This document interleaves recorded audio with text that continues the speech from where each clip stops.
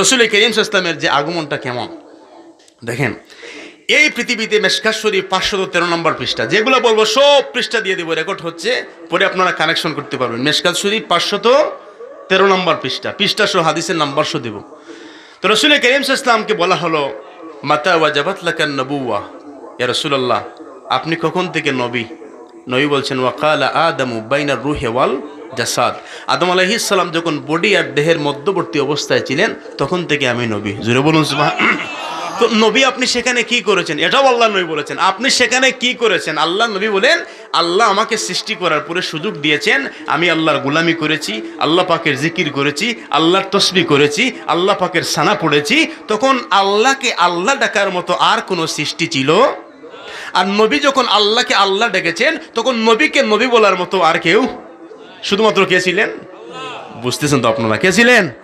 আল্লাহ ছিলেন। তো এখন নবী বলেন সেখানে আমি কেমন করেছিলাম? আল্লাহ নবী জানিয়ে দিলেন। জিব্রাইলকে নবীজি বললেন, ইয়া জিব্রিলু কাম উমরুকা মিনাস সিনিন, জিব্রাইল তোমার এজ কত? জিব্রাইল বলছে, ইয়া রাসূলুল্লাহ এটা তো আমি জানি না যে আমার বয়স কত। আল্লাহ নবী বলছেন তারপরেও বলো। জিব্রাইল বলছেন, ইয়া রাসূলুল্লাহ ইয়া হাবিবাল্লাহ আমি আমার বয়স সম্পর্কে জানি না, তবে নবী এতটুকু আমি জানি, আল্লাহ পাক আমাকে সৃষ্টি করার পর আমি আল্লাহর যখন চতুর্থ আসমানের দিকে তাকালাম, ওই চতুর্থ আসমানের মধ্যে আমি নূরের একটা তারকা জলমল জলমল করতে দেখেছি। আল্লাহর নবী বলেন, সেই তারকা কতবার জলমল করতে দেখেছো? জিব্রাইল বলেন, ইয়া রাসূলুল্লাহ সেটা প্রতিদিন নয়, প্রতি সপ্তাহে নয়, প্রতি মাসে নয়, প্রতি বছরে নয়, 70,000 বছর পর একবার চতুর্থ আসমানের মধ্যে উদিত হতো। আর সেই তারকা আপনার আগমনের পূর্বে আমি জিব্রাইল 72,000 বার দেখেছি। বলুন সুবহানাল্লাহ। আল্লাহর নবী এই কথা শুনে বলেন, ওয়া ইজ্জাতি রাব্বি আনা যালিকাল কাওকাব, আল্লাহর নবী বললেন, জিব্রাইল রে আমি সেই রবের ইজ্জতের কসম করে বললাম, তুমি যেই তারকা চতুর্থ আসমানের মধ্যে দেখো সেটা তারকা ছিল না, সেটা ছিল আমি নবীর নূর মুবারক। জুড়ে বলুন সুবহানাল্লাহ। আল্লাহু আকবার।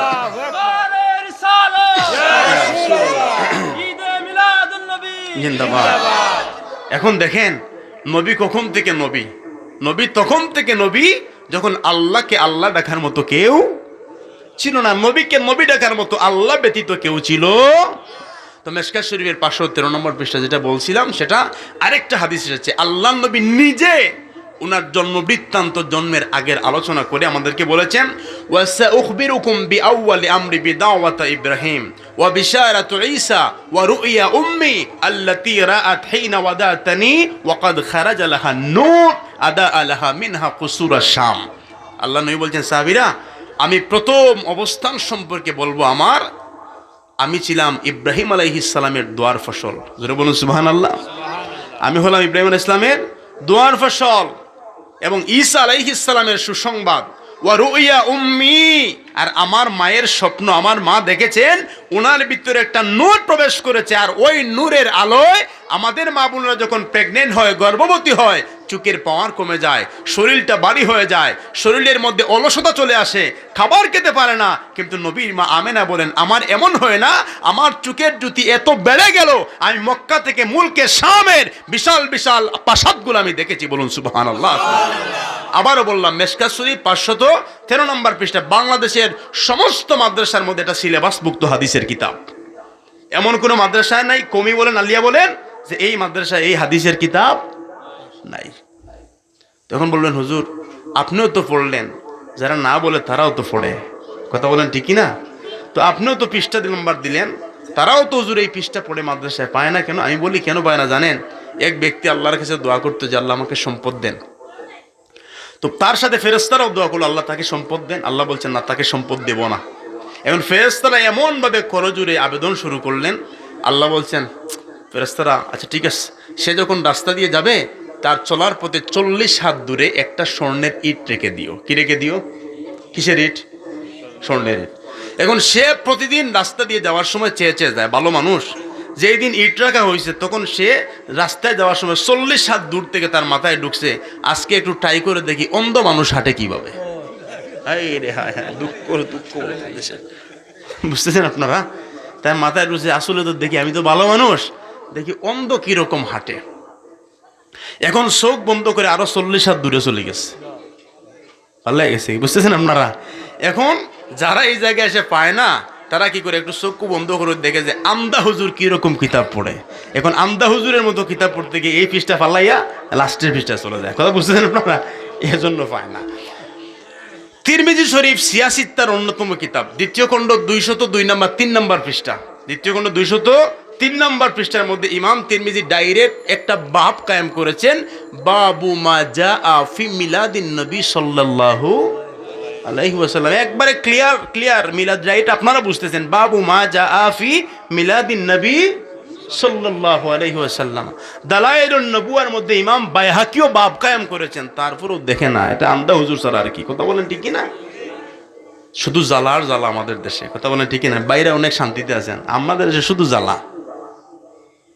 এখন সবাই যদি আমরা রোজা রাখি 12 রবিউল আউয়াল, এরা বলবে কি রে এটা তো নফল রোজা, এখন এরা ফরজ বানিয়ে দিয়েছে সবাই রেখে, এখন এটা আরেক জ্বালা, কথা বলেন ঠিক না? না সবাই রাখলে আরেক জ্বালা কইবে এটা ফরজ বানিয়ে দিয়েছে, আর না রাখলেও আরেক জ্বালা, জ্বালার জ্বালা, জ্বালার কোনো শেষ নাই।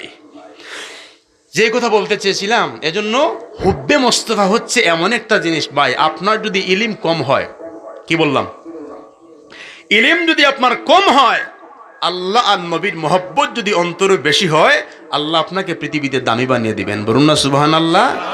আর ইলিম, সকল ইলিম ছিল, ইলিম থাকার পরেও কাজ হয় নাই, নাম হয়েছে ইবলিস। কি হয়েছে? ইবলিস। আর বাংলাদেশের জাতীয় কবি কাজী নজরুল বেটা 8 পাস করে বাংলাদেশের জাতীয় কবি হয়। 8 পাস করে, সবাই বলুন না, 8 পাস করে। বেটার নাম কি ছিল? দুকু মিয়া। কি ছিল? দুকু মিয়া। বেটা 8 পাস করে বাংলাদেশের জাতীয় কবি। এখন এসএসসি পরীক্ষা দিতে হলে নজরুলের প্রয়োজন, ইন্টার দিতে হলে নজরুলের প্রয়োজন, ফাজিল দিতে হলে নজরুলের প্রয়োজন, কামিল দিতে হলে নজরুলের প্রয়োজন, থিসিস করতে হলে নজরুলের প্রয়োজন, বিসিএস ক্যাডার হতে হলে নজরুলের পরিচিতির প্রয়োজন, কথা বলেন ঠিকই না?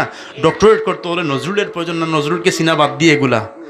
তো নজরুল বুঝলাম না, তুমি তো 8 পাস, আমি ডক্টরেট ডিগ্রি অর্জন করি, তোমাকে লাগে কেন? তোমার পরিচয় কেন নিতে হয়? নজরুল বলে এই অন্তরের মধ্যে রসুলের মহব্বত ছিল, আল্লাহর মহব্বত ছিল, হয়তো শিক্ষা কম ছিল, কিন্তু এই বাংলাদেশে যত শিক্ষিত হবে সবার আমার প্রয়োজন, সুবহানাল্লাহ বলবেন না? আর ইবলিসের সিনায় সকল ইলিম ছিল, সকল ইলিম ছিল। আল্লাহ ফেরেশতাদের উস্তাদ বানিয়েছেন, ফেরেশতাদের উস্তাদ বানিয়েছেন, টিচার বানিয়েছেন, কিন্তু সে নবীর সাথে বেয়াদবি করেছে। কার সাথে? কোন নবীর সাথে?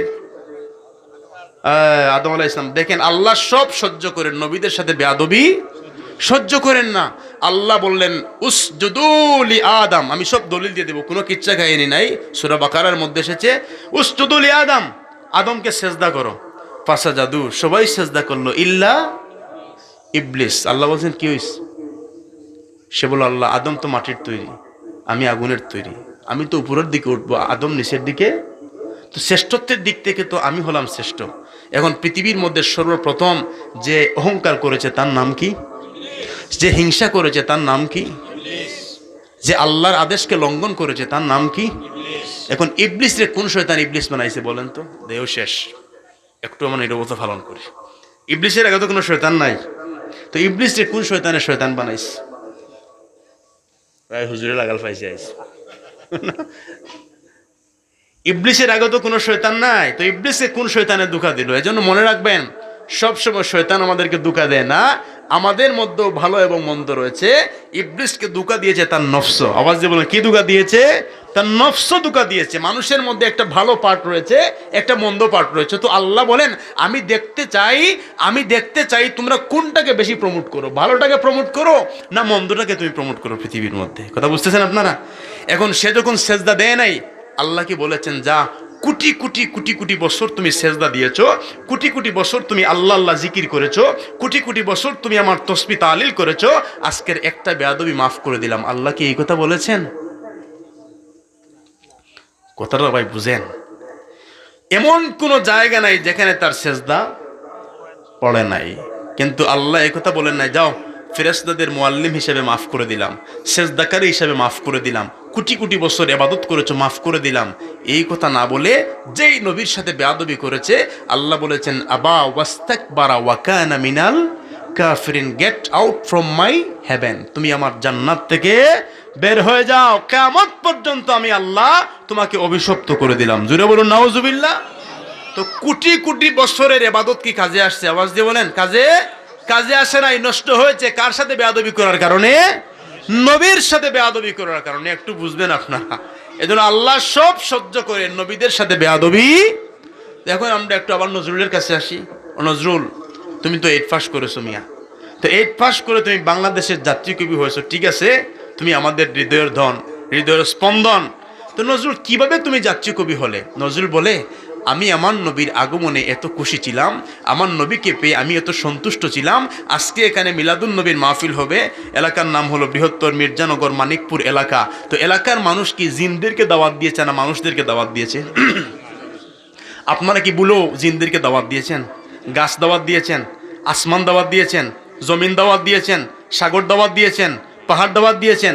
নজরুল বলে, আমি আমার নবীকে পেয়ে এত খুশি হয়েছি রে ভাই, মানুষ তো দূরের কথা, আমি দাওয়াত দিয়েছি কাদেরকে জানেন? ত্রিভুবনের প্রিয় মুহাম্মদ এলো রে দুনিয়ায়, আয় রে সাগর আকাশ বাতাস দেখ। দাওয়াত কারা দিস? সাগর রে, পাহাড়কে, আয় রে সাগর আকাশ। এখন বর্তমান যুগের হুজুর হলো কইতো তো এটা শিরিক করে ফেলছে। আপনি যদি সাগরকে দাওয়াত দেন, হুজুর কি বলবে? শিরিক করে ফেলছে। কিন্তু কাজী নজরুলের সময় কি বাংলাদেশে কোনো আলেম ছিল না? কাজী নজরুলকে শিরিক করছে এই কথা, এই নজরুল এটা কি লেখছো মিয়া তুমি, এটা শিরিক করে ফেলছো, আলেম ছিল না? সবাই আরো জাতীয় কবির মর্যাদা দিয়েছে, বলুন না সুবহানাল্লাহ। কবি নজরুল নবীর আগমনে একটু বলেন না, ত্রিভুবনের প্রিয় মুহাম্মদ এলো রে দুনিয়ায়, আয় রে সাগর আকাশ বাতাস দেখবে যদি, আয় আয় রে সাগর আকাশ বাতাস দেখবে যদি, ধুলির ধরা বেহেশতে আজ জয় করিয়ে দিল রে লাজ, আজকে খুশির ঢল নেমেছে দুশোর সাহারায়, আয়ের সাগর আকাশ বাতাস দেখবে যদি, আয় আয়ের সাগর আকাশ বাতাস দেখবে যদি, দেখ আমেনা মায়ের কোলে দুলে শিশু ইসলাম দুলে, দেখ আমেনা মায়ের কোলে দুলে শিশু ইসলাম দুলে, কচি মুখে শাহাদাতের বাণী সে শোনায়, আয়ের সাগর আকাশ বাতাস দেখবে যদি, আয় আয়ের সাগর আকাশ বাতাস দেখ। নেন বেটা, আকাশকে দাওয়াত দিয়েছে, বাতাসকে আর পাহাড়কে, বলুন না সুবহানাল্লাহ। তো নজরুল বলে, আমি একটা লিখে নাই, একটা লিখলে বাংলাদেশের যারা বর্ণচূড়া, কি বর্ণচূড়া, তারা হয়তো এটাকে কাটকুট করে দিয়ে বলতো যে এটা অন্য কোনো হুজুর লেখছে, এটা নজরুলের লেখা নাই। এজন্য নজরুল বলে, আমার নবীকে পেয়ে আমি এত খুশি হয়েছি, একটা দুইটা লিখি নাই, নবীর আগমনকে উপলক্ষ করে আমি আরও লিখেছি। তোরা দেখে যা আমেনা মায়ের কোলে, তোরা দেখে যা মধু পূর্ণিমারি শ্বেতা চাঁদ দুলে, যেন সার কুলে রাঙা রবি দুলে, তোরা দেখে যা আমেনা মায়ের কুলে, তোরা দেখে যা আমেনা। আরো অনেক আছে, বললেও বলুন হুজুর শুধু গজল গাচ্ছে, আরো আছে অনেক। যাই হোক, এখন রাসূল করিম সাল্লাল্লাহু আলাইহি ওয়াসাল্লামের আগমনে আমরা খুশি না নারাজ? এখন আসেন বুখারী শরীফ 5101 নম্বর হাদিস। কি বললাম? 5101 নম্বর হাদিস, যে নবীর আগমনে খুশি হলে লাভ না লস। হাদিস এসেছে কি লাভ দেখেন। নবীজির একজন চাচা ছিলেন আবু লাহাব। নাম কি? বেটা কি মুসলমান না কাফের? কেমন কাফের? শক্ত না নরম? খুব ডাট খাবেন না, যার বিরুদ্ধে আল্লাহ কোরআনে এটা সূরা নাজিল করেছেন, তাব্বাত ইয়াদা আবি লাহাবিন ওয়া তাব, আল্লাহ তার ধ্বংস কামনা করেছেন। এখন হাদিসের মধ্যে এসেছে 5101 নম্বর হাদিস বুখারীর, ফালাম্মা মাতা আবু লাহাবিন উরিয়াহু বাদু আহলিহি বিশাররি হিবাতিন মাযা লাকিতা লাম আলকা বাদাকুম গায়রা আন্নী সুকিতু ফি হাযিহি বিআতাকাতি সুয়াইবা। এখন আবু লাহাব যখন পৃথিবীর জমিন থেকে বিদায় নিল, নেওয়ার পরে নবীজির চাচা আব্বাস রাদিয়াল্লাহু তাআলা আনহু, নাম কি, উনি স্বপ্নে দেখলেন আবু লাহাবকে। স্বপ্নে দেখে, বুখারীর হাদিস এটা কিন্তু, স্বপ্নে দেখে বললেন, আবু লাহাব মাযা লাকিতা, তুমি তো পৃথিবীতে মুহাম্মদ সাল্লাল্লাহু আলাইহি ওয়াসাল্লামকে মানো নাই, আল্লাহর নবীর আদর্শ মানো নাই, তো তোমার সাথে আল্লাহ কি ব্যবহার করছেন কবরের মধ্যে? আবু লাহাব বলে, কবরে আসার পর থেকে শান্তি পাই, শুধু জাহান্নামের আগুনে আমি জ্বলছি। কিন্তু আমাদের বাতিজার আগমন হয়েছিল সোমবার, কিবার? সোমবার। আমার একটা দাসী ছিল সুয়াইবা, ওই সুয়াইবা নামক, এটা কিচ্ছা নয়, বুখারীর 5101 নম্বর হাদিস। ওই সুয়াইবা দৌড় দিয়ে এসে আমাকে বলল, আবু লাহাব তোমার একটা বাতিজা হয়েছে। আর আমার মনের মধ্যে এত খুশি এসেছে, খুশির কারণে আমি ওই সুয়াইবা আমার দাসী ছিল, আমি 2 আঙ্গুল দ্বারা ইশারা দিয়ে আমি তাকে আজাদ করেছিলাম। বলুন না সুবহানাল্লাহ। আল্লাহ নবীর আগমনে তাকে আজাদ করার কারণে আমার উপরে এমন খুশি হয়েছেন, প্রতি সোমবার আমার উপরে জাহান্নামের আগুনকে হালকা করা হয়। জোরে বলুন সুবহানাল্লাহ। তো যারা বলে মিলাদুন্নবী বেদাত, তারা এই হাদিসের অর্ধেক বলে। অর্ধেক কি জানেন? যে নবীর আগমনে যারা খুশি হয় তারা আবু লাহাবের দলের। বাকি গালা বলে না যে আবু লাহাব শান্তি পাচ্ছে না, কষ্ট পাচ্ছে, এটা বলে না। এটা বলে তো গুমর ফাঁস হয়ে যাবে, কথা বলেন ঠিকই না? তো এখন সমস্ত মুহাদ্দিসিনে কেরাম, আল্লামা কুস্তুল্লানি, ইবনে হাজার আসকালানি, আব্দুল হক মুহাদ্দিসে দেহলভী রহমতুল্লাহ আলাইহি সহ সেই যুগ থেকে তাবেইন, তবে তাবেইন, আইম্মে মুস্তাহিদিন সবাই তো এই হাদিস পাচ্ছেন, কথা বলেন ঠিকই না? এখন মুহাদ্দিসিনে কেরামগণ বলেন এটাই হচ্ছে মিলাদুন নবীতে খুশি যে উদযাপন করি, এর বিশাল একটা নজির। জুড়ে বলুন সুবহানাল্লাহ। কথা বুঝতেছেন না আপনারা? এখন নবীর আগমনে খুশি হলে কি হয়? অন্তরের মধ্যে ঈমান বৃদ্ধি পায়, নূরের পাওয়ার বৃদ্ধি পায়। আর নবীর আগমনে নিস্তেজ হয়ে গেলে ঈমানের বাতি। আসেন আবার আমরা দেখি আল বেদায়া ওয়ান নেহায়া, ইবনে কাসির রহমতুল্লাহ আলাইহির যুগ শ্রেষ্ঠ আলেম, যিনি তাফসিরে ইবনে কাসির রচয়িতা, তিনি আল বেদায়া ওয়ান নেহায়া 2 নম্বর খণ্ড, কত নম্বর? কথা বলা, 2 নম্বর খণ্ড, শাওয়াহিদুন নবুয়ত কিতাব, এটা লিখেছেন আব্দুর রহমান জামি রহমতুল্লাহ। এর বাংলা করেছেন বাংলাদেশের কওমি মসলকের বড় একজন আলেম, নাম হলো মাওলানা মহিউদ্দিন খান সাহেব। নাম কি? এই কিতাবের 34 নম্বর পৃষ্ঠা, কত নম্বর? না মিলে মুঝে পকড় লো, না মিলে মুঝে পকড় লো, মিল যায় মুঝে नहीं पकड़ लो, মিলাদুন নবী সাল্লাল্লাহু আলাইহি ওয়াসাল্লাম পকড় লো। তো 34 নম্বর পৃষ্ঠা এসেছে, দেখেন কওমির বড় আলেম, তিনি বাংলা করেছেন এই কিতাবের। তিনি মাসিক মদিনার সম্পাদক ছিলেন। যে ইবলিস তার জীবনে 4 বার সে কান্নাকাটি করেছিল। কয়বার? 4 বার। একবার হলো যখন আদমের সাথে বেয়াদবি করেছে, আল্লাহ অভিশপ্ত করেছেন। 2 নম্বর হলো যখন আল্লাহ জান্নাত থেকে বের করেছেন। আর 3 নম্বর হলো যেই দিন আল্লাহ নবীর পৃথিবীতে আগমন হয়েছে। জোরে বলুন নাউজুবিল্লাহ। তো নবীর আগমনে নারাজ হয়েছিল কে? শয়তান। এমন নারাজ হয়েছে, ডান হাত বাম হাত দিয়ে মাথার মধ্যে আঘাত করতে করতে করতে করতে করতে করতে ওই শাওয়াহিদুন নবুয়ত 34 নম্বর পৃষ্ঠায় কাঁদতে কাঁদতে সে জবলে আবু কুবাইস পাহাড়ের চূড়ায় গিয়ে উঠেছে। সেখানে উঠে এমনভাবে হায়ুতাস শুরু করেছে, তার যত বাচ্চা ছিল, তার যত আহলা কারিম ছিল, তার যত মুরিদ ছিল, সবগুলা এই কান্নার আওয়াজ শুনে তাকে সে জিজ্ঞাসা করলো, বস বুঝলাম না আপনি আজকে কেন কান্নাকাটি করেন? ইবলিস বলতেছে, বেকুবের দল, তোমরা প্রশ্ন করো আবার আমি কেন কান্নাকাটি, তোমরা কি জানো না? তারা বলছে, বস আমরা তো জানি না।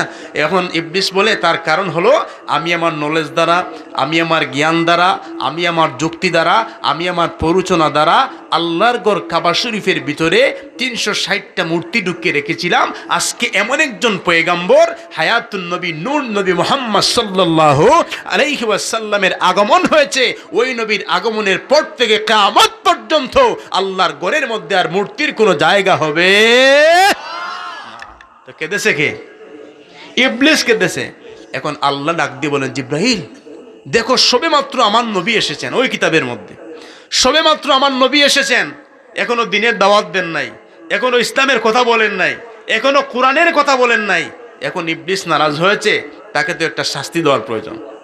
এখন জিব্রাইল বলছেন, আল্লাহ আমার 600 নূরের পাকা রয়েছে, আপনি যদি বলেন একটা পাকা দিয়ে আঘাত করব, ইবলিস ও তার 14 গোষ্ঠী শেষ হয়ে যাবে। আল্লাহ বলেন, না না, এরকম তাকে শেষ করা যাবে না, কারণ আমি যখন জান্নাত থেকে বের করে দিয়েছিলাম তখন তার সাথে আমার একটা ওয়াদা হয়েছে। কি হয়েছে? ওয়াদা হয়েছে। তো জিবরাইল বলছেন, আল্লাহ ওয়াদা কি? আল্লাহ বললেন, যখন তাকে আমি বের করে দিয়েছিলাম তখন সে আমাকে প্রশ্ন করেছিল, আল্লাহ আমি যে লক্ষ লক্ষ বছর আপনার ইবাদত বন্দেগী করলাম আর আদমকে সেজদা না দেওয়ার জন্য আপনি আমাকে বের করে দিলেন, এখন তো আপনি বলেছেন আমরা যদি ভালো কাজ করি ভালো কাজের বদলা আপনি দিবেন, ভালো কাজের প্রতিদান আপনি দিবেন, আমি জান্নাত চাই না, আমি জান্নাত চাই না, জান্নাতের আমার প্রয়োজনও নাই। জোরে বলুন নাউজুবিল্লাহ। আমি জান্নাত চাই না, যেটা সূরা বাকারার মধ্যে এসেছে, আমি আয়াত বলবো আপনাদেরকে। আমি জান্নাত চাই না, আল্লাহ আপনি আমাকে কি করেন, আপনি আমাকে দুনিয়া দিয়ে দেন। আল্লাহ বলছেন, দুনিয়াতে কি চাও? সে বলছে, আল্লাহ আমি দুনিয়াতে কিয়ামত পর্যন্ত হায়াত চাই। কি সুবহানাল্লাহ বলবেন না নাউজুবিল্লাহ? অনেকে সুবহানাল্লাহ বলে, সুবহানাল্লাহ বলে বুঝরে বলুন নাউজুবিল্লাহ। আল্লাহ বলেন, ক্বালা ফাখরুজ মিনহা ফাইন্নাকা রাজিম। সূরা হিজর আয়াত নাম্বার 34। আল্লাহ বলছেন, তুমি বের হয়ে যাও, কিয়ামত পর্যন্ত তুমি অভিশপ্ত। ক্বালা রাব্বি ফানজিরনি ইলা ইয়াউমি ইউবাসুন। সূরা হিজর আয়াত নাম্বার 36। সে বলল, আল্লাহ আমি বের হয়ে যাব ঠিক, কিন্তু আপনি আমাকে আমার বদলা দেন। আল্লাহ বলছেন, যা, কিয়ামত পর্যন্ত হায়াত দিয়ে দিলাম, কিয়ামত পর্যন্ত দিলাম। এই কিয়ামত পর্যন্ত হায়াত দিয়ে তুই কি করবে? সে বলছে, আল্লাহ আমি শুধু নবীর সাথে বেয়াদবি করেছি, আর কেউ করবে না, এরকম তো হতে পারে না। আপনি যে জাহান্নাম তৈরি করেছেন, আপনার নবীদের সাথে আমি আপনার বান্দাদের মাধ্যমে বেয়াদবি করাবো। জোরে বলুন নাউজুবিল্লাহ। তাদের মাধ্যমে নবীদের শানে বেয়াদবি করাবো। আমি বেয়াদবি করে যদি জাহান্নামে গেলাম, লক্ষ লক্ষ বছরের ইবাদত কাজে আসে নাই, আপনার বান্দাদের মাধ্যমে নবীদেরকে অত্যাচার করাবো। আপনার বান্দাদের মাধ্যমে নবীদেরকে আমি, অনেক নবীর মাথা কেটে দেওয়া হয়েছে, নবীকে সিরা হয়েছে, কথা বলেন ঠিকই না? এগুলা কার ওয়াসওয়াসায়? শয়তানের ওয়াসওয়াসায়। আমিও তাদেরকে দিয়ে আল্লাহ বেয়াদবি করাবো। আল্লাহ বললেন, যা বেয়াদবি করাস। আর আল্লাহ বলছেন, আমি আমার বান্দাকে মসজিদের দিকে ডাকবো, আমি আমার বান্দাকে নামাজের দিকে ডাকবো, আমি আমার বান্দাকে হজের দিকে ডাকবো, আমি আমার বান্দাকে রোজার দিকে ডাকবো। সে বলে, আল্লাহ আমি আমার দিকে ডাকবো। আল্লাহ বললেন, তাহলে কিয়ামত পর্যন্ত দেখা হয়ে যাক কার দলে মানুষ বেশি। এখন আপনি চিন্তা করেন ভাই, কোন দলে থাকবেন? কথা বুঝতেছেন? এখন চিন্তা করেন, নবীর দলে না ইবলিসের দলে? পৃথিবীতে দল কয়টা? দুইটা। কথা বলেন ঠিক না? একটা হচ্ছে নবীরদের দল, সিদ্দিক শুহাদা এখানে সবাই রয়েছেন। একটা হচ্ছে শয়তানের দল। তো আল্লাহর দল কোনটা? নবীদের দল যেটা, সেটা হচ্ছে আল্লাহর দল, মনে রাখবেন। এখন আল্লাহ বলছেন, যা আমার বান্দাদের মাধ্যমে উল্টাপাল্টা কাজ তুই করাবে, সংগঠিত করবে, প্ররোচনা দেবে, ঠিক আছে, কিন্তু ইবলিস শোন, আমার বান্দা যদি মৃত্যুর 1 মিনিট পূর্বে একটু সময় পায়, আর বান্দা যদি অন্তরের অন্তঃস্থল থেকে একবার খাঁটি অন্তরে আমি আল্লাহর দরবারে তাওবা করে 60 বছর দুকা দিয়েছিস, 50 বছর আমার বান্দাকে দুকা দিয়েছো, 40 বছর দুকা দিয়েছো, 30 বছর দুকা দিয়েছো, যদি শুধু তওবার চান্সটা পায়, আমি আল্লাহ জীবনের সমস্ত গুনাহগুলোকে মাফ করে দিয়ে আমার বান্দাকে জান্নাত দিয়ে দিব। আল্লাহর দয়া বেশি না কম বলেন? এখন আল্লাহ বলেন, এখনো তো নবী আসেন নাই। সে যে জবলে আবু কুবাইসের চূড়ায় বসে কান্নাকাটি করে, আল্লাহ বলছেন তার শাস্তির প্রয়োজন। এখন আল্লাহ বলেন, জিব্রাইল আমার তো ওয়াদা হয়েছে তার সাথে যে কিয়ামত পর্যন্ত হায়াত দেব, এখন যদি আমি তাকে মেরে ফেলি তাহলে ওয়াদা ঠিক থাকবে? আল্লাহ কি ওয়াদা ভঙ্গ করেন? আল্লাহ বলেছেন, ইমানদার হয়ে নামাজ পড়লে রোজা রাখলে জান্নাত দেব। কথার মধ্যে কোনো বেজাল আছে? বেজাল যদি মনে করেন ইমান ঠিক থাকবে, ইমান বলবে আমি তোমার সাথে, তুমি একা একা থাকো। এখন আল্লাহ বললেন, যাও তাকে একটা শাস্তি দাও। জিব্রাইল বলছেন, আল্লাহ শাস্তি কি? আল্লাহ বলছেন, শাস্তি হলো সে সিংহাসন নিয়ে সে জবলে আবু কুবাইস পাহাড়ের চূড়ায় উঠে কান্নাকাটি করে তার সিংহাসন সহ তাকে তুলে আরব সাগরের মধ্যে 40 দিন চুবাও।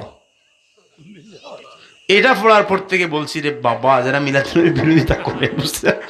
আল্লাহ বলছেন 40 দিন। তাও কিতাব কি বললাম, কৌমিদের সবচেয়ে বড় হুজুর বাংলাদেশের, নাম হলো মাওলানা মহিউদ্দিন খান সাহেব, তিনি বাংলা করেছেন কিতাবে 34 নম্বর পৃষ্ঠা।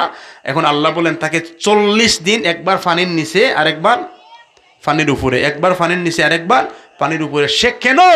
আমার নবীর আগমনে নারাজ হয়েছে। জুড়ে বলুন সুবহানাল্লাহ, সুবহানাল্লাহ, সুবহানাল্লাহ। আল্লাহ শাস্তি দিয়েছেন। 4 নম্বর দিন, এটা বলে ওয়াজ শেষ করে দেব, আজানের সময় হয়েছে। 4 নম্বর হলো যেই দিন আল্লাহর নবীর উপরে সূরা ফাতিহা নাজিল হয়েছে। কোন সূরা? সূরা ফাতিহা। আবার সে কান্নাকাটি শুরু করেছে, মাথার মধ্যে হাত দিয়ে। এখন ইবলিসের যত বাচ্চারা ছিল সবাই গিয়ে বলছে, বস আপনি কাঁদেন কেন? ইবলিস বলে, বেকুবের দল, তোমরা কি আগের খান্না শুনো নাই? তারা বলছে, তো আগে নবী আগমনের কারণে আপনি কাঁদলেন, এখন আপনি কেন কাঁদেন? ইবলিস বলতেছেন, নবীর উপরে এমন সূরা নাজিল হইছে এই জন্য কাঁদি। ওই কোন সূরা? ইবলিস বলে, সেই সূরা হলো সূরাতুল ফাতিহা। লা সলাতা ইল্লা বিফাতিহাতিল কিতাব। সকল নামাজে সূরা ফাতিহা লাগে কি? আওয়াজ দিয়ে বলেন। এটা সূরাতুল শিফা, সূরাতুল শিফা, সূরাতুল নূর। এখন এই সূরা যখন নাজিল হয়েছে, ইবলিস কান্নাকাটি করে। ইবলিসের বাচ্চারা বলে, কেন? ইবলিস বলে, মসজিদের বাইরে আমার তারিফ করবে, সুদকুরের তারিফ করবে, মদকুরের তারিফ করবে, আমার প্রশংসা করবে, জেনাকুরের প্রশংসা করবে, গীবতকারীর প্রশংসা করবে, কিন্তু মসজিদের মিনার থেকে যখন আল্লাহু আকবার বলে আজানের ধ্বনি আসবে, বেলা শেষে মসজিদের মধ্যে ঢুকেই বান্দা আল্লাহু আকবার বলে সানা পড়ে বলবে কি? আলহামদুলিল্লাহি রাব্বিল সমস্ত প্রশংসা কার? তো মসজিদের বাইরে করলো আমার, আর আল্লাহর খাস জায়গায় গিয়ে, আল্লাহর ঘরে গিয়ে করলো কার? তো আল্লাহর যখন প্রশংসা করবে, আল্লাহ খুশি হয়ে তার গুনাহ মাফ করে দিবেন। এজন্য আমি নারাজ। কথা বুঝতেছেন আপনারা? যাই হোক, যতটুকু হয়েছে আজানের সময় আল্লাহ পাক যেন কবুল করেন। আলোচনা চলুক, হুজুর মরুক, হুজুর মরুক। আচ্ছা, আরো দূরে শুনুন। আল্লাহুম্মা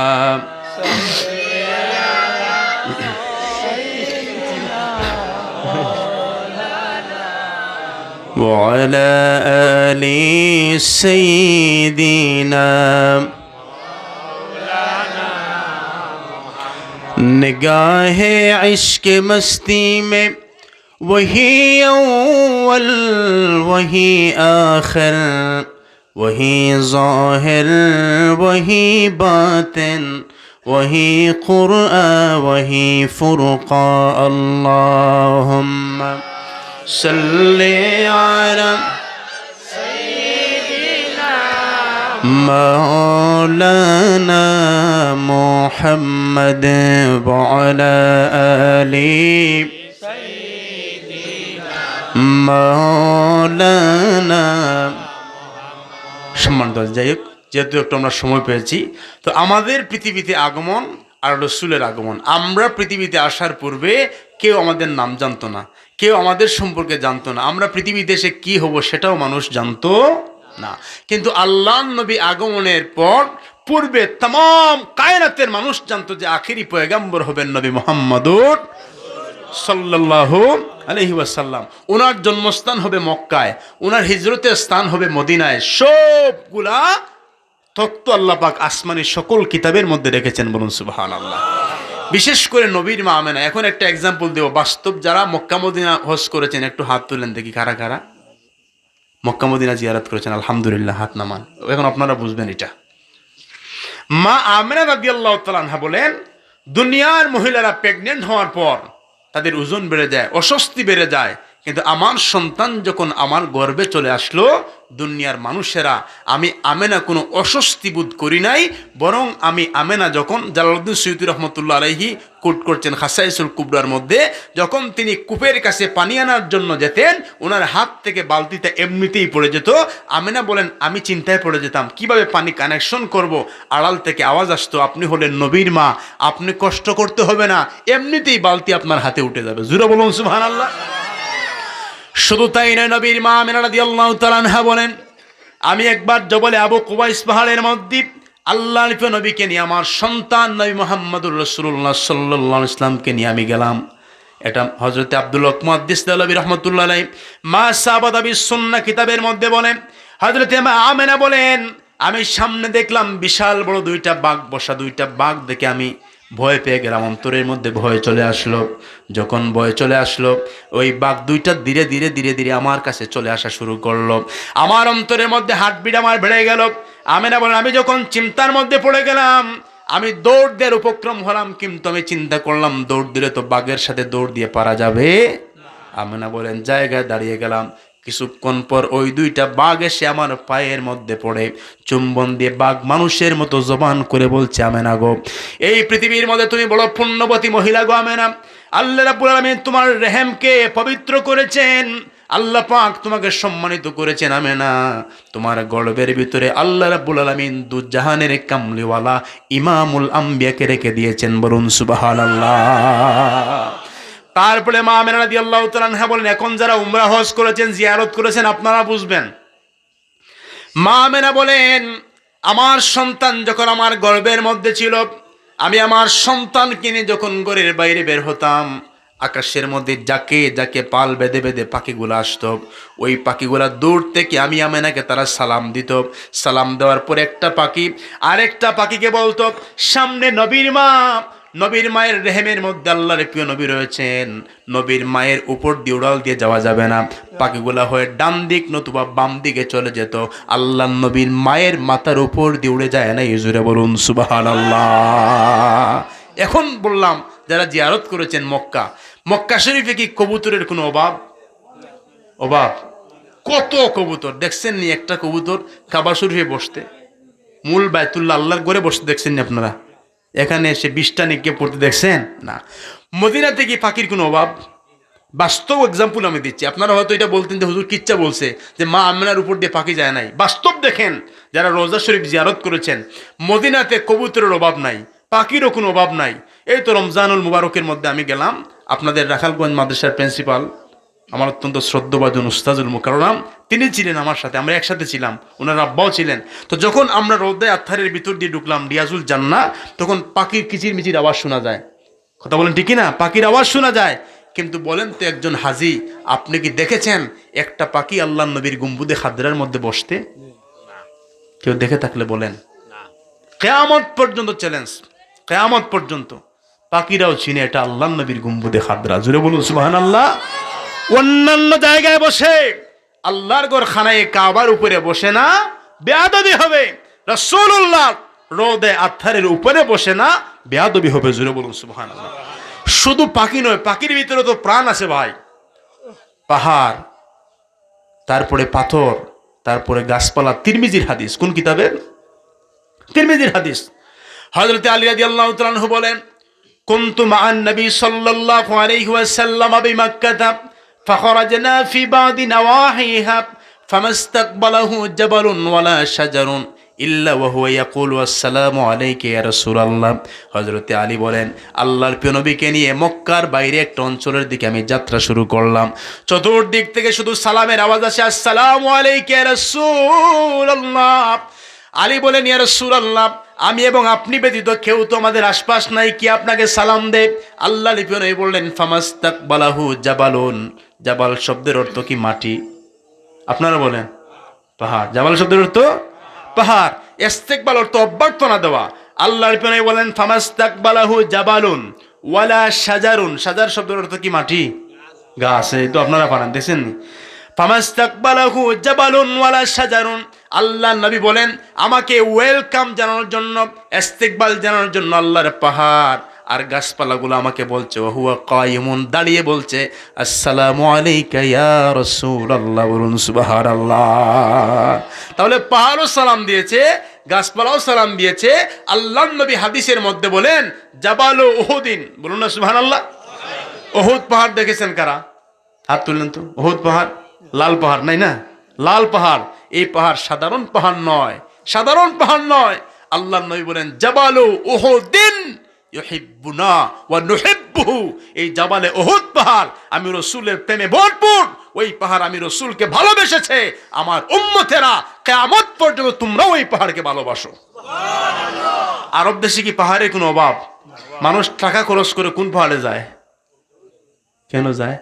পাহাড় তো ওই পাহাড়ে যাওয়ার সময় তো অনেক পাহাড় পড়ে ডানে বামে। তো এই পাহাড়ে যাওয়ার কারণ কি? এই পাহাড়ে যাওয়ার কারণ হলো ওই পাহাড়ের বুকটা আল্লাহ নবীর মহব্বতে ভরপুর ছিল। জোরে বলুন সুবহানাল্লাহ, সুবহানাল্লাহ, সুবহানাল্লাহ। এজন্য রসুলকে চিনতে হবে, রসুলের ভালোবাসা অর্জন করবেন।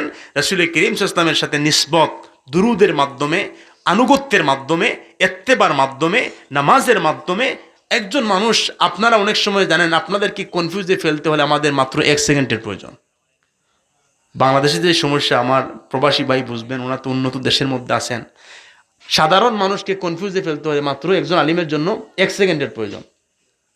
মিলাদুন নবীর দলিল দিতে হলে কোরআনের আয়াত দেওয়া হয়, বুখারীর হাদিস দেওয়া হয়, তিরমিজির হাদিস দেওয়া হয়, মুসলিম শরীফের হাদিস দেওয়া হয়, মেশকাত শরীফের হাদিস দেওয়া হয়, দালাইলুন নবুয়ার হাদিস দেওয়া হয়। কত হাদিস দিয়ে মিলাদুন নবীকে সাব্যস্ত করা হয় দলিল, কথা বলেন ঠিক কিনা? এখন 1 মিনিট 1 সেকেন্ডে আপনাদেরকে কনফিউজে ফেলে দিলাম, বললাম বেদাত। বেদাত বলতে কি দলিল লাগে?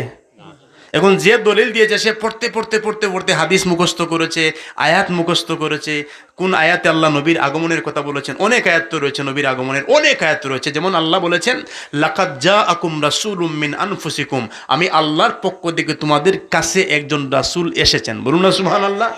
আল্লাহ বলেছেন হুয়াল্লাহুল আল্লাহ পাক বলেছেন লাকাদ মান্নাল্লাহু আলাল মুমিনিনা ইজ বাআসা ফীহিম রাসূলা, আমি তোমাদেরকে ইহসান করেছি, অনুগ্রহ করেছি আমার নবীকে তোমাদের মধ্যে পাঠিয়ে। জোরে বলুন সুবহানাল্লাহ। তারপরে আল্লাহ পাক বলেছেন ওয়ামা আরসালনাকা ইল্লা রাহমাতাল, আরসালা অর্থ হলো পাঠানো। এগুলা সব পড়ে মিলাদুন নবীর দলিল দেওয়া হয়। আর দলিল টলিল কিছু নাই, বেদাত বলে মানুষদেরকে 1 সেকেন্ডের ভিতরে সন্দেহের মধ্যে ফেলে দেওয়া হয়। তো সন্দেহে মানুষদেরকে ফেলে দেওয়া খুব সহজ, সন্দেহের মধ্যে মানুষদেরকে ফেলে দেওয়া খুব সহজ, কিন্তু মানুষের ভিতরে ইমানের ভিত্তি স্থাপন করা বড় কঠিন, কথা বলেন ঠিক কিনা? এখন যদি আমরা বলি আমরা কি আল্লাহকে দেখি, আওয়াজ আল্লাহকে দেখি, এখন আপনাকে কেউ কনফিউজে ফেলে দিল যে আপনি তো আল্লাহকে দেখেন না, তাহলে কেন নামাজ পড়েন? আপনি বললেন এটা হচ্ছে আমার ইমান, এটা হচ্ছে আমার ইমান। আকল কি পাস জবাব নেই, ইমান কি পাস জবাব হ্যাঁ। জব আকল লাজব হয়ে যায়গা, ইমান জবাব দেতা হ্যাঁ। আমার আকল যখন কোনো প্রশ্নের মধ্যে লাজব হয়ে যাবে, যখন কোনো আনসার আমি দিতে পারবো না, তখন আমার ইমান থেকে দিতে হবে, অন্ধভাবে অন্ধভাবে দিতে হবে যে এটা হচ্ছে ইমান, আপনি যাই বলেন এটা আমি মানবো। সুবহানাল্লাহ। এখন যদি আমরা বলি ওই যে আমরা শয়তানকে যে কঙ্কর মারা হয় হজে গিয়ে, কথা বলেন ঠিকই না? আপনি কি শয়তানকে এখানে দেখেন? তো কেন মারেন? এটা বিধান, এটা দেখার বিষয় না, এটা আমার ইমানের বিষয়, কথা বলেন ঠিকই না? যেই জায়গায় পড়ুক এটা হচ্ছে ইমানের বিষয়। এজন্য ইমান এমন একটা বিষয়, ইমান তৈরি হয়ে খুব কঠিন পরিস্থিতির মধ্য দিয়ে, আর ইমান যেতে কিন্তু একদম লিক হয়ে চলে যায়, কথা বুঝছেন আপনারা? যাওয়া সহজ কিন্তু আসাটা হচ্ছে বড় কঠিন বিষয়। এজন্য ইমান হচ্ছে একজন মানুষের জীবনে সবচেয়ে বড় সম্পদ। আমরা আমাদের দেহ বাঁচানোর জন্য ডাক্তার চিনে যাই, কিন্তু ইমান বাঁচানোর জন্য হুজুর চিনি না, কথা বলেন ঠিক না? আজ পর্যন্ত কি ধরেন একজন মানুষের চোখের সমস্যা, সে কি কিডনির ডাক্তারে গেছে? বেটার পায়ের সমস্যা, গেছে কি মাথার ডাক্তারের কাছে? কিন্তু হুজুরদের কাছে তো এরকম মানুষ যায়, যে হুজুর মুফাসসির, ওনাকে গিয়ে মানুষ বলে হুজুর একটা আমার বউ সারছে, একটা ফতোয়া দেন। এরকম কেন হবে? আগে গিয়ে জিজ্ঞাসা করবেন, আগে গিয়ে জিজ্ঞাসা করবেন যে হুজুর আপনি কোন বিষয়ে বিশেষজ্ঞ, কথা বুঝতেছেন আপনারা? আপনি মুফতি না মুহাদ্দিস? আমি তো মুহাদ্দিস, আমি হাদিস নিয়ে পড়েছি, বিদায় আমি দেখছেন আপনারা সবসময় হাদিসের রেফারেন্স আমি দিয়েছি, কথা বলেন ঠিকই না? তো আপনি বলবেন যে আপনি মুফতি না মুফাসসির না মুহাদ্দিস? যদি বলে আমি মুফাসসির, আপনি বলবেন না আপনার কাছ থেকে আমি ফতোয়া নেব না। না আমি মুহাদ্দিস, না আপনার কাছ থেকে আমি ফতোয়া নেব না। নেব কার কাছ থেকে? যিনি মুফতি, আমি তার কাছ থেকে নিব। এখন ডাক্তারের কাছে গেলাম পাট নিউরোলজি, অর্থোপেডিক্স, গ্যাস্ট্রোলজি, হার্ট চিনে চিনে গেলাম ডাক্তারের কাছে দেহ বাঁচানোর জন্য। আর ইমান বাঁচানোর জন্য হুজুর চিনার প্রয়োজন লাগে না? আওয়াজ দিয়ে বলেন অবশ্যই লাগে। আমাদের ইমানের পরিচয় বহন করেছেন আউলিয়ায়ে কেরাম, কথা বলেন ঠিক কিনা? আউলিয়ায়ে কেরামের মাধ্যমে আমরা ইসলাম পেয়েছি। আজকে যে সমস্ত হুজুরেরা ওলিদের বিরুদ্ধে কথা বলেন, আল্লাহর ওলিদের বিরুদ্ধে কথা বলেন, একটু ফোন দিয়ে বলবেন ডাকাইয়া হুজুর হক আর যশোরী হুজুর হক, বলবেন যে সালাম দিয়ে হুজুর, আমি তো আপনাদের মানুষ, আপনারা চিনেন, সিটাগাং থাকলেও বাড়ি কিন্তু বড় লেখায়, জানেন তো আপনারা, ইলাইগঞ্জ আসছি রাখালগঞ্জ। তো একটু ফোন দিয়ে বলবেন যে হুজুর আমাদের রাখালগঞ্জ একটা ওয়াজ, এলাকায় বেশি টাকা পয়সা নাই, আপনাকে বেশি হাত দিয়ে দিতে পারবো না, আপনি একটু ওয়াজে আসুন। হুজুর বলবে ওয়াজের কি প্রয়োজন, নামাজ পড়ো। ওয়াজ বড় না নামাজ বড়? তো হুজুর বললে টাকা কম, ওয়াজের কি প্রয়োজন, নামাজ পড়ো, কথা বলেন ঠিকই না? কিন্তু আমরা যাদের কাছ থেকে ইসলাম পেয়েছি, শাহজালাল, শাহপরান, 360 আউলিয়া, ওনারা কি টাকার দিকে চেয়েছেন? আওয়াজ দেন। নিজের বাবা মা আত্মীয় স্বজন প্রতিবেশী সম্পদ সবগুলা ফেলে দিয়ে কই আমেন শহর, সেখান থেকে আমাদেরকে দিন দেওয়ার জন্য শাহজালাল, শাহপরান, 360 আউলিয়া এই সিলেটের মাটিতে এসে সিলেটের মাটিকে দন্য করেছেন, কথা বলেন ঠিক কিনা? শুধু দন্য করেন নাই, তারা সারা জমিনটা আবাদ করেছেন। আমরা সারা জীবন চেষ্টা করে একজন হিন্দু মানুষ, একজন বৌদ্ধ মানুষ, একজন খ্রিস্টান মানুষের ধারণায় ইসলামকে আমরা ফিট করতে পারি নাই। তাদের মধ্যে কি অস্ত্র ছিল যে সমস্ত সিলেটবাসী ইসলাম ধর্ম গ্রহণ করে মুসলমান হয়েছে? এমন কি অস্ত্র ছিল তাদের কাছে? কি তলোয়ার ছিল? ভয় দেখে ইসলামে প্রবেশ করেছেন না, তাদের মধ্যে সুন্দর আদর্শ ছিল। আওয়াজ দিয়ে বলেন কি ছিল? সুন্দর আদর্শ ছিল। আমি একবার সিলেটে গিয়ে দেখলাম হিন্দু একটা পরিবার। আমি যেহেতু ওয়াজ করি, আমার একটু কৌতূহল জাগে এগুলো নিয়ে প্রশ্ন করার। তো আমি হিন্দু এক ভাইকে ধরলাম, ভাই এদিকে আসেন, মনে কিছু নিবেন না? হয় না, বললো শাহজালালের মাজার আমরা জিয়ারত করব। আপনি কেন আসলেন? আপনি তো হলেন গৌর গোবিন্দের মানুষ, আপনি হলেন গৌর গোবিন্দের মানুষ, তো আপনি শাহজালালের মাজারে কেন আসলেন? আমাকে একটা ভাই আনসার দেন, আমার বড় সন্দেহ লাগে যে কেন আপনারা আসেন। বলছে, ভাই আমি গৌর গোবিন্দকেও চিনি, শাহজালালকেও চিনি, ইতিহাসও জানি, আমি সব স্টাডি করে এখানে এসেছি। তো আপনার আসার কারণ কি? সে বলছে, আসার কারণ হলো গৌর গোবিন্দ যদিও শাসক ছিল, কিন্তু সে শোষণ করেছে, সে জালেম ছিল। সে যেমন মুসলমানদের উপর জুলুম করেছে, ঠিক সেইভাবে হিন্দুদের উপরেও জুলুম করেছে। তো শাহজালাল তো তরবারি দিয়ে কাউকে ইসলাম ধর্ম গ্রহণ করায় নাই।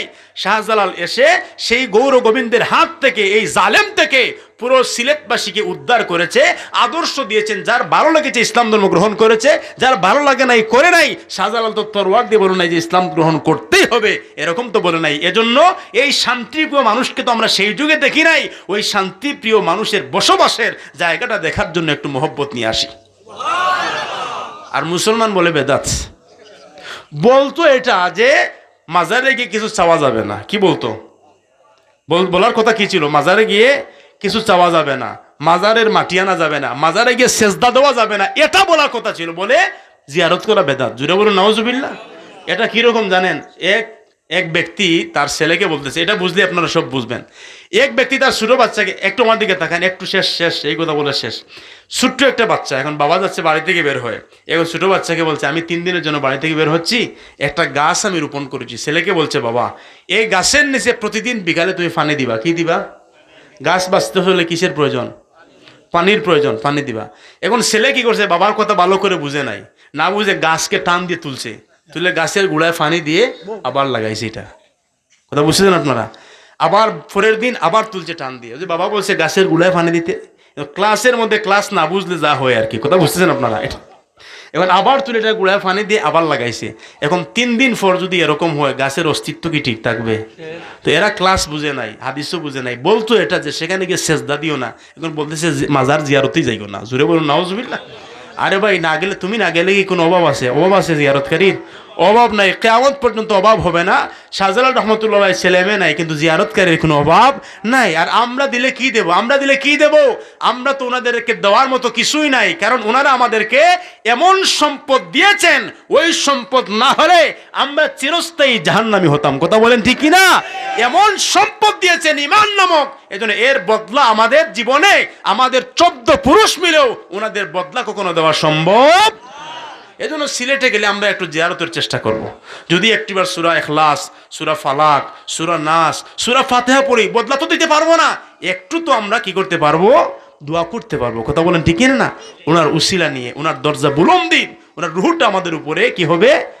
খুশি হবে। এজন্য বোঝার চেষ্টা করবেন সম্মানিত সুধী, আল্লাহর ওলিগণ এমন একটা জিনিস, এখানে এমন একটা ফ্যাক্ট। কথা বললে তো কথার নাম লতা। আল্লাহ রাব্বুল আলামিন ওনাদেরকে এমন মর্যাদা দিয়েছেন, যেমন আপনাদের বাজারের নাম কি? রাখালগঞ্জ বাজার। রাখালগঞ্জ বাজার যখন রাত্র 3টা হয়, বাজার বন্ধ হয়ে যায়, কথা বলেন ঠিক না? তখন বাজার পাহারা দেওয়ার জন্য 2-1 জন মানুষ তাকে, চকিদার থাকে। তো চকিদার যখন থাকে, কেউ যদি তারা নড়াচড়া করে রাত্রিবেলা, চকিদার কি বলে? সাবধান। কি বলে? সাবধান। আমি ইঙ্গিত দিচ্ছি আপনাদেরকে। তো আল্লাহ কুরআনুল কারীমের মধ্যে ওলিদের সম্পর্কে বলছেন, আলা ইন্না আউলিয়া আল্লাহি লা খাউফুন আলাইহিম ওয়া লা হুম ইয়াহজানুন। আল্লাহ বলছেন, আলা সাবধান। আলা শব্দের অর্থ কি? আলা সাবধান, আমার ওলিদের কোনো ভয় নাই, তাদের কোনো দুশ্চিন্তা নাই। তো আল্লাহ তাদের বিষয়ে সজাগ দৃষ্টি রাখেন। মান আদালি ওয়ালিয়ান ফাকাদ আযামতুহু বিল হারবে। যারা আল্লাহর ওলিদের সাথে দুশমনী পোষণ করে, হোক সে বড় আল্লামা, হোক সে বড় হাফিজ সাহেব, হোক সে বড় আলেম, হোক সে বড় প্রফেসর, হোক সে বড় ডক্টরেট, তার জীবনের মধ্যে জিল্লতি আছে কিনা? আওয়াজ দিয়ে বলেন আছে। এজন্য আল্লাহ নবী বলেন, মান আদালি ওয়ালিয়ান ফাকাদ আযামতুহু বিল হারবে। যারা আল্লাহর ওলির সাথে বেয়াদবি করে, আল্লাহ তাদের সাথে যুদ্ধ ঘোষণা করেন। আল্লাহর সাথে কি যুদ্ধ করা সম্ভব? কেউ যদি আল্লাহর সাথে যুদ্ধ করতে চান, শাহজালালকে গালি দেন। কেউ যদি আল্লাহর সাথে যুদ্ধ করতে চান, শাহজালালের মাজারে বোমা মারেন। একটু চিন্তা করবেন, তা বুঝতেছেন আপনারা? একটু চিন্তা করবেন, যদি আল্লাহকে নারাজ করতে চান আল্লাহর ওলিদেরকে নারাজ করেন, আল্লাহ ওটা নারাজ হয়ে যাবেন। আর আল্লাহকে খুশি করতে চান আল্লাহর নবীদেরকে, আল্লাহর বন্ধু। অলি মানে কি? বন্ধু। অলি কখন হয় মানুষ? এতদিন ছিল বান্দা, অলি হওয়ার আগে কি ছিল? বান্দা ছিল। বান্দা কখন বন্ধু হয়? বান্দা কখন বন্ধু হয়? বান্দা তখন বন্ধু হয় যখন আল্লাহ নবীর পুরো জীবনীগুলা তার জীবনে বাস্তবায়ন করে, যখন নামাজ বাদ দেয় না, পৃথিবীর মানুষগুলো যখন ঘুমিয়ে থাকে তাহাজ্জুদের যায় নামাজে রাতকে অতিবাহিত করে, অস্ত্রসিক্ত হয়ে রাতকে অতিবাহিত করে, মুসলিম উম্মাকে রক্ষা করার দায়িত্ব গ্রহণ করে, মানুষের সুখে দুঃখে মানুষের পাশে দাঁড়ায়, তখন এতদিন ছিল সে বান্দা, তখন হয়ে যায় বন্ধু। জুড়ে বলুন সুবহানাল্লাহ। তখন হয় বান্দা বন্ধু। আল্লাহ রাব্বুল আলামিন যেন আমাদেরকে আদব ইখলাসের সাথে ইবাদত করার, নবীর আগমনে অন্তরকে খুশি রাখার তৌফিক দান করুন। বলুন আমিন।